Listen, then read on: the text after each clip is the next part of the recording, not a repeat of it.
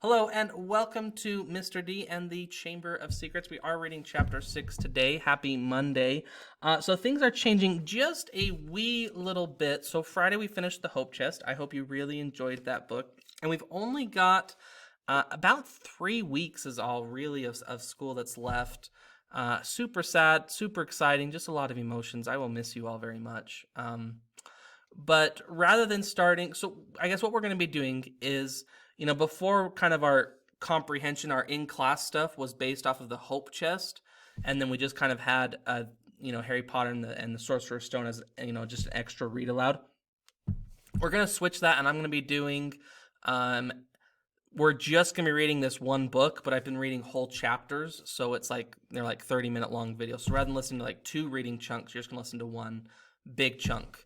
And then that's just what we're going to do our comprehension stuff off of. So, and I do have the goal, if I really read, I'm pretty sure that we can finish this book by the end of the year or be like super duper close to it. So anyway, let's get to reading Harry Potter and Mr. D and the Chamber of Secrets.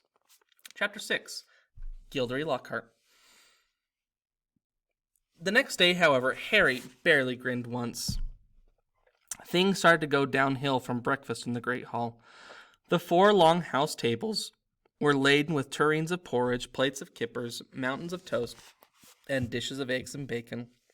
Beneath the enchanted ceiling, today a dull, cloudy gray. Harry and Ron sat down at the Gryffindor table next to Hermione, who had her copy of Voyages with Vampires propped open against a milk jug. There was a slight stiffness in the way she said, "Morning," which told Harry that she was still disapproving of the way they had arrived. Neville Longbottom, on the other hand, greeted them cheerfully. Neville was a round-faced and accident-prone boy with the worst memory of anyone Harry had ever met. "Mail's due any minute. I think Gran's sending a few things I forgot." Harry had only just started pouring his porridge when, sure enough, there was a rushing sound overhead, and 100 or so owls streamed in, circled the hall, and started dropping letters and packages into the chattering crowd. A big, lumpy package bounced off Neville's head, and a second later something large and gray fell into Hermione's jug, spraying them all with milk and feathers. "Errol!" said Ron, pulling the bedraggled owl out by the feet. Errol slumped unconscious onto the table, his legs in the air and a damp red envelope in his beak. "Oh, no," Ron gasped. "It's all right. He's still alive," said Hermione, prodding Errol gently with the tip of her finger. "It's not that. It's that." Ron was pointing at the red envelope. It looked quite ordinary to Harry, but Ron and Neville were both looking at it as though they expected it to explode. "What's the matter?" said Harry. She sent me a howler," said Ron faintly. "You'd better open it, Ron," said Neville in a timid whisper. "It'll be worse if you don't." "My Gran sent me one once, and I ignored it, and," he gulped, "it was horrible." Harry looked from their petrified faces to the red envelope. "What's a howler?" he said. But Ron's whole attention was fixed on the letter, which had begun to smoke at the corners. "Open it," Neville urged. "It'll all be over in a few minutes." Ron stretched out a shaking hand and eased the envelope from Errol's beak and slid it open. Neville stuffed his fingers in his ears. A split second later, Harry knew why. He thought for a moment it had exploded. A roar of sound filled the huge hall, shaking dust from the ceiling. "Stealing the car! I wouldn't have been surprised if they expelled you. You wait till I get a hold of you. I don't suppose you stop to think what your father and I went through when we saw it was gone." Mrs. Weasley's yells, 100 times louder than usual, made the plates and spoons rattle on the tables and echoed deafeningly off the stone walls. People throughout the hall were swiveling around to see who had received the howler, and Ron sank so low into his chair that only his crimson forehead could be seen. "Letter from Dumbledore last night. I thought your father would die of shame. We didn't bring you up to behave like this. You and Harry could have both died." Harry had been wondering when his name was going to crop up. He tried very hard to make it look as though he couldn't hear the voice, and that was making his eardrums sob. "Absolutely disgusted. Your father's facing an inquiry at work. It's entirely your fault, and if you put another toe out of line, we'll bring you straight back home." A ringing silence fell. The red envelope, which had dropped from Ron's hand, burst into flames and curled into ashes. Harry and Ron sat stunned, as though a tidal wave had just passed over them. A few people laughed, and gradually a babble of talk broke out again. Hermione closed Voyages with the Vampires and looked down at the top of Ron's head. Well, I don't know what you expected, Ron, but you... Don't tell me I deserved it, snapped Ron. Harry pushed his porridge away. His insides were burning with guilt. Mr. Weasley was facing an inquiry at work. After all, Mr. and Mrs. Weasley had done for him this summer. But he had no time to dwell on this. Professor McGonagall was moving along the Gryffindor table, handing out course schedules. Harry took his and saw that they had double herbology with the Hufflepuffs first. Harry, Ron, and Hermione left the castle together, crossed the vegetable patch, and made for the greenhouses, where the magical plants were kept. At least the Howler had done one good thing. Hermione seemed to think that they had now been punished enough and was being perfectly friendly again. As they neared the greenhouses, they saw the rest of the class standing outside waiting for Professor Sprout. Harry, Ron, and Hermione had only just joined them when she came striding into view across the lawn, accompanied by Gilderoy Lockhart. Professor Sprout's arms were full of bandages, and with another twinge of guilt, Harry spotted the Whomping Willow in the distance, several of its branches now in slings. Professor Sprout was a squat little witch who wore a patched hat over her flyaway hair. There was usually a large amount of earth on her clothes, and her fingernails would have made Aunt Petunia faint. Gilderoy Lockhart, however, was immaculate in sweeping robes of turquoise, his golden hair shining under a perfectly positioned turquoise hat with gold trimming. "Oh, hello there," he called, beaming around the assembled students. "Just been showing Professor Sprout the right way to doctor a Whomping Willow, but I don't want you running away with the idea that I'm better at herbology than she is. I just happen to have met several of these exotic plants on my travels." "Greenhouse 3 today, chaps," said Professor Sprout, who was looking distinctly disgruntled and not at all her usual cheerful self. There was a murmur of interest. They had only worked in Greenhouse 1 before. Greenhouse 3 housed far more interesting and dangerous plants. Professor Sprout took a large key from her belt and unlocked the door.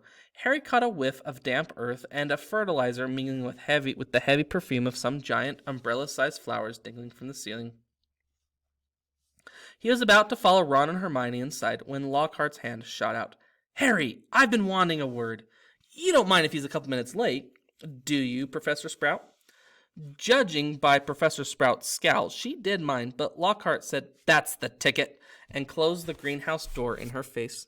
"Harry," said Lockhart, his large white teeth gleaming in the sunlight as he shook his head. "Harry, Harry, Harry." Completely nonplussed, Harry said nothing. "When I heard, well, of course, it was all my fault. I could have kicked myself."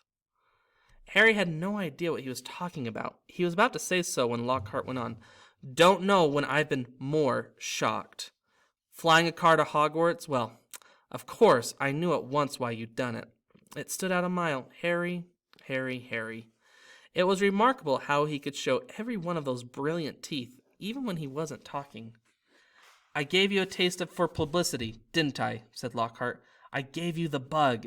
You got on the front page of the paper with me, and you just couldn't wait to do it again." "Oh no, Professor, see..."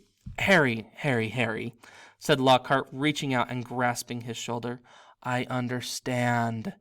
Natural to want a bit more once you've had that first taste, and I blame myself for giving you that, because it was bound to go to your head. But see here, young man, you can't just start flying cars to try and get yourself noticed. Just calm down, all right? Plenty of time for all that when you're older. Yes, I know what you're thinking. It's all right for him. He's an internationally famous wizard already.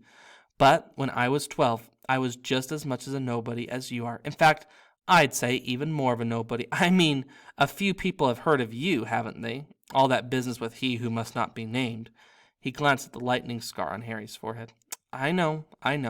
It's not quite as good as winning Witch Weekly's most charming smile award 5 times in a row as I have, but it's a start, Harry. It's a start." He gave Harry a hearty wink and strode off. Harry stood stunned for a few seconds. Then, remembering he was supposed to be in the greenhouse, he opened the door and slid inside. Professor Sprout was standing behind a trestle bench in the center of the greenhouse. About 20 pairs of different colored earmuffs were lying on the bench. When Harry had taken his place between Ron and Hermione, she said, "We'll be repotting mandrakes today. Now who can tell me the properties of the mandrake?" To nobody's surprise, Hermione's hand shot into the air. Mandrake, or Mandragora, is a powerful restorative, said Hermione, sounding as though she had swallowed the textbooks. It is used to return people who have been transfigured or cursed to their original state. Excellent. 10 points to Gryffindor, said Professor Sprout. The mandrake forms an essential part of most antidotes. It is also, however, dangerous. Who can tell me why? Hermione's hand narrowly missed Harry's glasses as it shot up again. The cry of the mandrake is fatal to anyone who hears it, she said promptly. Precisely. Take another 10 points, said Professor Sprout. Now, the mandrakes we have here are still very young. She pointed to a row of deep trays as she spoke, and everyone shuffled forward to get a better look. About 100 or so tufty little plants, purplish green in color, were growing there in rows. They looked quite unremarkable to Harry, who didn't have the slightest idea of what Hermione meant by the cry of the mandrake. Everyone, take a pair of earmuffs, said Professor Sprout. There was a scramble as everyone tried to seize a pair that wasn't pink and fluffy. When I tell you to put them on, make sure your ears are completely covered, said Professor Sprout. When it is safe to remove them, I will give you the thumbs up. Right. Earmuffs on. Harry snapped the earmuffs over his ears. They shut out the sound completely. Professor Sprout put the pink, fluffy pair over her own ears, rolled up the sleeves of her robes, grasped one of the tufty plants firmly, and pulled hard. Harry let out a gasp of surprise that no one could hear. Instead of roots, a small, muddy, extremely ugly baby popped out of the earth. The leaves were growing right out of his head. He had pale green molded skin and was clearly bawling at the top of his lungs. Professor Sprout took a large plant pot from under the table and plunged the mandrake into it, burying him in dark, damp compost until only the tufted leaves were visible. Professor Sprout dusted off her hands, gave them all the thumbs up, and removed her own earmuffs. As our mandrakes are only seedlings, their cries won't kill, yet, she said calmly, as though she'd just done nothing more exciting than watering a begonia. However, they will knock you out for several hours, and as I'm sure none of you want to miss your first day back, make sure your earmuffs are securely in place while you work. I will attract your attention when it is time to pack up. Forward to a tray, there is a large supply of pots here. Compost in the sacks over there, and be careful of the venomous tentacula. It's teething. She gave a sharp slap to a spiky dark red plant as she spoke, making it draw in the long feelers that had been inching sneakily over her shoulder. Harry, Ron, and Hermione were joined at their tray by a curly-haired Hufflepuff boy Harry knew by sight, but had never spoken to. Justin Finch Fletchy, he said brightly, shaking Harry by the end. Know who you are, of course, the famous Harry Potter. And you're Hermione Granger, always topping everything. Hermione beamed as her hand was shaking too. And Ron Weasley, wasn't that your flying car? Ron didn't smile. The howler was obviously still on his mind. That Lockhart's something, isn't he? Said Justin happily as they began filling their plant pots with dragon dung compost. Awfully brave chap. Have you read his books? I'd have died of fear if I'd been cornered in a telephone booth by a werewolf, but he'd stayed cool and just zap. Fantastic. My name was down for Eden, of course. I can't tell you how glad I came here and how... My name was down for Eton, of course. I can't tell you how glad I am I came here instead. Of course, Mother was slightly disappointed, but since I made her read Lockhart's books, I think she's begun to see how useful it'll be to have a fully trained wizard in the family. After that, they didn't have much chance to talk. Their earmuffs were back on, and they needed to concentrate on the mandrakes. Professor Sprout had made it look extremely easy, but it wasn't. The mandrakes didn't like coming out of the earth, but didn't seem to want to get back into it either. They squirmed, kicked, flailed their sharp little fists, and gnashed their teeth. Harry spent 10 whole minutes trying to squash a particularly fat one into a pot. By the end of the class, Harry, like everybody else, was sweaty, aching, and covered in dirt. Everyone traipsed back to the castle for a quick wash, and then the Gryffindors hurried off to Transfiguration. Professor McGonagall's classes were always hard work, but today was especially difficult. Everything Harry had learned last year seemed to have leaked out of his head over the summer. He was supposed to be turning a beetle into a button, but all he managed to do was give his beetle a lot of exercise as it scuttled over the desktop, avoiding his wand. Ron was having far worse problems. He had patched up his wand by borrowing some spello tape, but it seemed to be damaged beyond repair. It kept crackling and sparking at odd moments, and every time Rod tried to transfigure his beetle, it engulfed him in thick gray smoke that smelled of rotten eggs. Unable to see what he was doing, Ron accidentally squashed his beetle with his elbow and had to ask for a new one.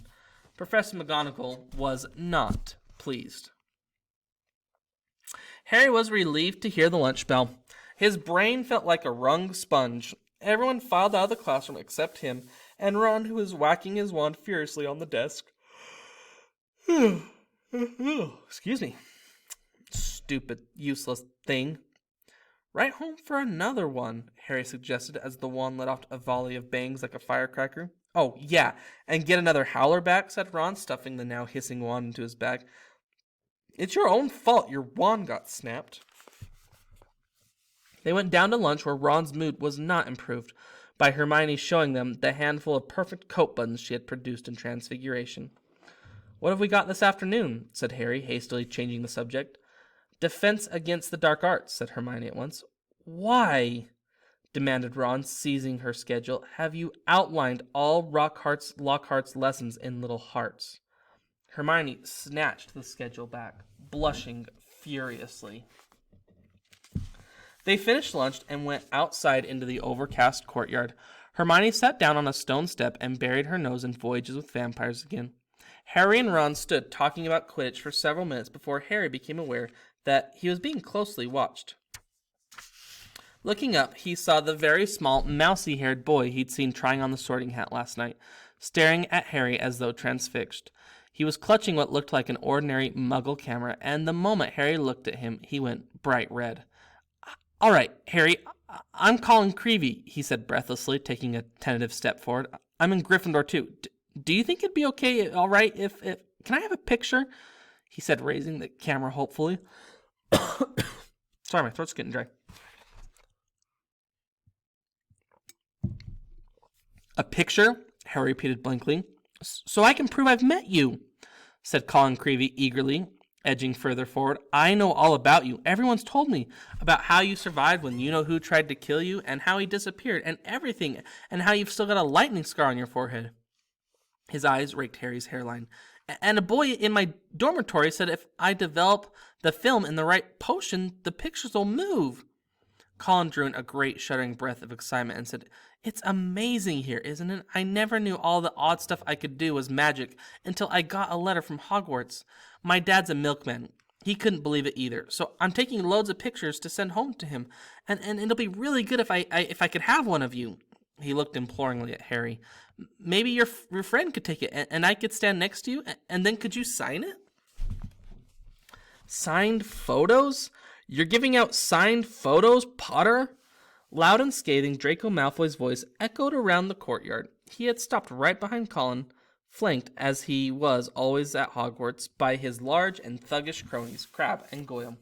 Everyone, line up, Malfoy roared to the crowd. Harry Potter's giving out signed photos. No, I'm not, said Harry angrily, his fists clenched. Shut up, Malfoy. You're just jealous, piped up Colin, whose entire body was just about as thick as Crabbe's neck. Jealous, said Malfoy, who didn't need to shout anymore. Half the courtyard was listening. Of what? I don't want a foul scar right across my forehead, thanks. I don't think getting your head cut open makes you that special, myself. Crabbe and Goyle were sniggering stupidly. Eat slugs, Malfoy, Ron said angrily. Crabbe stopped laughing and started rubbing his knuckles in a menacing way. You be careful, Weasley, sneered Malfoy. You don't want to start any more trouble, or Mommy'll have to come and take you away from our school. He put on a shrill, piercing voice. If you put another toe out of line. A knot of Slytherin fifth years nearby laughed loudly at this. Weasley would like a signed photo, Potter, smirked Malfoy. It'd be worth more than his family's whole house. Ron whipped out his spellotape wand, but Hermione shut Voyages with Vampires with a snap and whispered, Look out! What's all this? What's all this? Gilderoy Lockhart was striding toward them, his turquoise rose swirling behind them. "Who's giving out signed photos?" Harry started to speak, but he was cut short as Lockhart flung an arm across his shoulder and thundered jovially. "Shouldn't have asked. We meet again, Harry." Pinned to Lockhart's side and burning with humiliation, Harry saw Malfoy slide smirking back into the crowd. "Come on then, Mr. Creevey," said Lockhart, beaming at Colin. "A double portrait. Can't do better than that, and we'll both sign it for you." Colin fumbled for his camera and took the pictures as the bell rang behind them, signaling the start of afternoon classes. "Off you go. Move along there," Lockhart called to the crowd, and he set off back to the castle with Harry, who was wishing he knew a good vanishing spell still clasped to his side. "A word to the wise, Harry," said Lockhart paternally as they entered the building through a side door. "I covered up for you back there with young Creevey. If he was photographing me too, your schoolmates won't think you're setting yourself up so much." Deaf to Harry's stammers, Lockhart swept him down a corridor lined with staring students and up a staircase.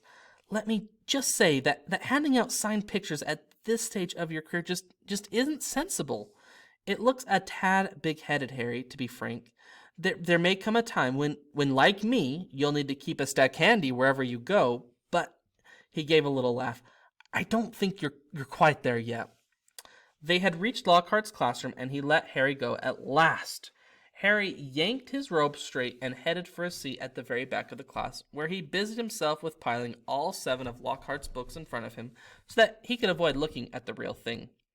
The rest of the class came clattering in, and Ron and Hermione sat down on either side of Harry. "You could have fried an egg on your face," said Ron. "You'd better hope Creevey doesn't meet Ginny, or they'll be starting a Harry Potter fan club." "Shut up," snapped Harry. The last thing he needed for Lockhart to hear was the phrase Harry Potter fan club. When the whole class was seated, Lockhart cleared his throat loudly, and silence fell. He reached forward, picked up Neville Longbottom's copies of Travel with Trolls, and held it up to show his own winking portrait on the front. "Me," he said, pointing at it and winking as well. "Gilderoy Lockhart, Order of Merlin, 3rd class, honorary member of the Dark Force Defense League, and 5-time winner of Witch Weekly's Most Charming Smile Award. But I don't talk about that. I didn't get rid of the abandoned Banshee by smiling at her." He waited for them to laugh. Only a few people did, Weekly. "I see you've brought a complete set of my books. Well done. I thought we'd start today with a little quiz. Nothing to worry about, just to check in to see how well you've read them and how much you've taken in." When he handed out the test papers, he returned to the front of the class and said, "You have 30 minutes. Start now." Harry looked down at his paper and read. 1. What is Gilderoy Lockhart's favorite color? 2. What is Gilderoy Lockhart's secret ambition? 3. What, in your opinion, is Gilderoy Lockhart's greatest achievement to date? On and on it went over 3 sides of paper, right down to 54. When is Gilderoy Lockhart's birthday, and what would his ideal gift be? Half an hour later, Lockhart collected the papers and rifled through them in the front of the class. "Tut, tut. Hardly any of you remembered that my favorite color is lilac. I say so in Year with the Yeti. And a few of you need to read Wandering with Werewolves more carefully. I clearly state in Chapter 12 that my ideal birthday gift would be harmony between all magic and non-magic peoples, though I wouldn't say no to a large bottle of Ogden's Old Fire Whiskey." He gave them another roguish wink. Ron was now staring at Lockhart with the expression of disbelief on his face. Seamus Finnegan and Dean Thomas, who were sitting in front, were shaking with silent laughter. Hermione, on the other hand, was listening to Lockhart with rapt attention and gave a start when he mentioned her name. "But Miss Hermione Granger knew my secret ambition is to rid the world of evil and market my own range of hair care potions. Oh, good girl. In fact," he flipped her paper over, "full marks. Where is Miss Hermione Granger?" Hermione raised a trembling hand. "Excellent," beamed Lockhart. "Quite excellent. Take 10 more points for Gryffindor. And so, now, down to business." He bent down behind his desk and lifted a large covered cage onto it. "Now, be warned. It is my job to arm you against the foulest creatures known to wizard kind. You may find yourself facing your worst fears in this classroom. Know only that no harm can befall you whilst I am here. All I ask is that you remain calm." In spite of himself, Harry leaned around his pile of books for a better look at the cage.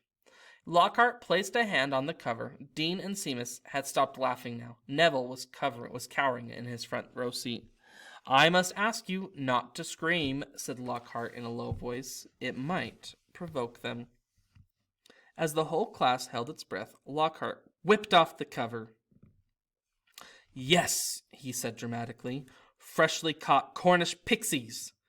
Seamus Finnegan let out a laugh, or Seamus Finnegan couldn't control himself.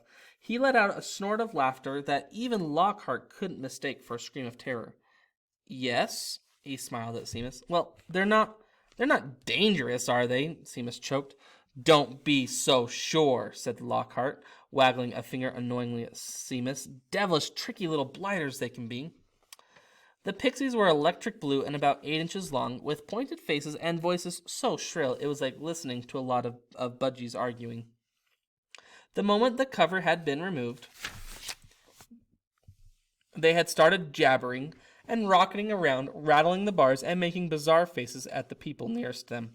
"Right then," said Lockhart loudly, "let's see what you make of them," and he opened the cage. It was pandemonium. The pixies shot in every direction like rockets. 2 of them seized Neville by the ears and lifted him straight into the air. Several shot through the window, showering the back row with broken glass. The rest proceeded to wreck the classroom more effectively than a rampaging rhino. They grabbed ink bottles and sprayed the class with them, shredded books and papers, tore pictures from the wall, upended the baskets, grabbed bags and books, and threw them out of the smashed windows. Within minutes, half the class was sheltering under desks, and Neville was swinging from the iron chandelier on the ceiling. "Come on now, round them up! Round them up! They're only pixies!" Lockhart shouted. He rolled up his sleeve, brandished his wand, and bellowed, "Peskipski Pestronomi." It had absolutely no effect. One of the pixies seized his wand and threw it out the window too. Lockhart gulped and dived under his own desk, narrowly avoiding being squashed by Neville, who fell a second later as the chandelier gave way. The bell rang, and there was a mad rush toward the exit. In the relative calm that followed, Lockhart straightened up, caught sight of Harry, Ron, and Hermione, who were almost at the door, and said, "Well, I'll just ask you 3 to nip the rest of them back into their cage." He swept past them and shut the door quickly behind him. "Can you believe him?" roared Ron as one of the remaining pixies bit him painfully on the ear. "He just wants to give us some hands-on experience," said Hermione, immobilizing 2 pixies at once with a clever freezing charm and stuffing them back into their cage. "Hands-on?" said Harry, who was trying to grab a pixie dancing out of reach with its tongue out. Hermione, he didn't have a clue what he was doing. "Rubbish," said Hermione.